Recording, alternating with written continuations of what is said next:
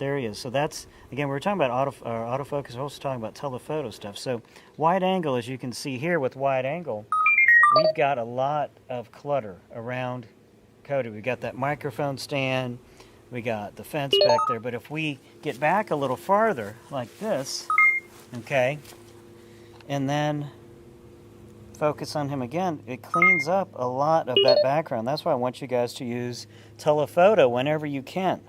Telephoto much better for isolating a subject and cleaning up a background. Like a over-the-shoulder shot is perfect for that. So Cody really think he's liking that stick, isn't he? Over here, hey big guy. Oh, he's hearing that airplane too. It's like, what the heck is that? Again, here's wide angle. If I get close to him wide angle, now for a puppy, of course, it's cute no matter what. But look at all that clutter. Okay, you can get that same shot back farther, a couple of feet, zoom in, basically get the same shot without all that clutter around him. See what I'm talking about? Much cleaner, much, much cleaner.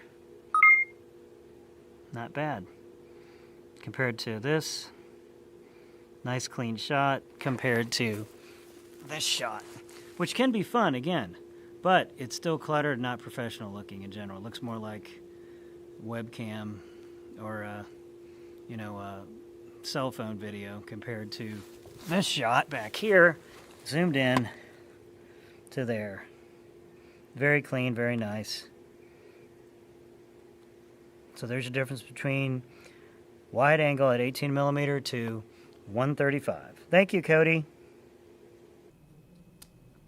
Here's an example of an 18 to 135mm lens that is on 70D shooting at 135mm. You get a real clean background and isolate your subject very well.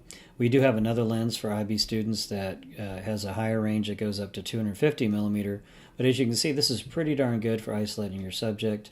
And of course, the closer you get with the telephoto, the more isolated it appears. So keep that in mind as you're using these cameras and lenses.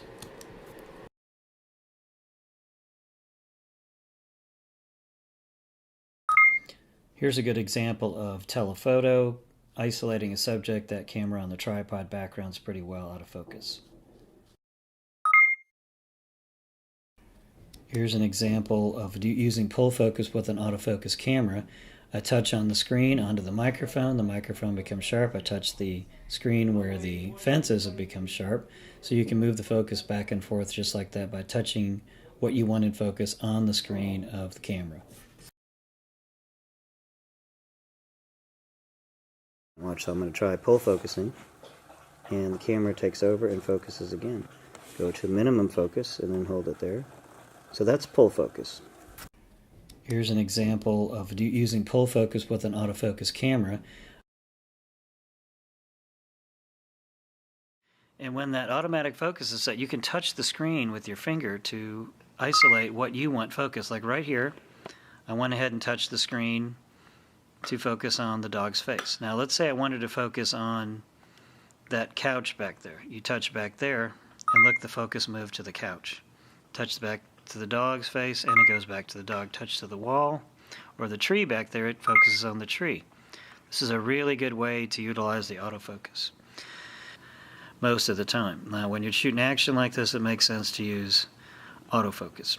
So I'm going to get really close with the wide angle. The dog really liked that and he's touching the lens. Okay, so I gotta clean it. Hello.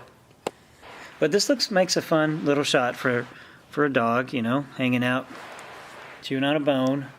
It's not too bad. And you can see how it cleans up that background. Like here, it's all clutter. Here, nice and clean. There we go, nice and sharp. But I'm gonna get back just a little bit more. See how clean that is. There's not much mess around him. You only see him. Now I'm going to manage that same shot from close up. Look at how much more clutter there is. It's not nearly as clean, and his face is just about the same size. Depends on the effect you're looking for. But most of the time, you're not going to want all that clutter around you. That's one of the things I really see with a lot of y'all's films is clutter, clutter, clutter everywhere. Okay, so I'm going to do that same shot from back here. So there's a little telephoto versus wide angle example.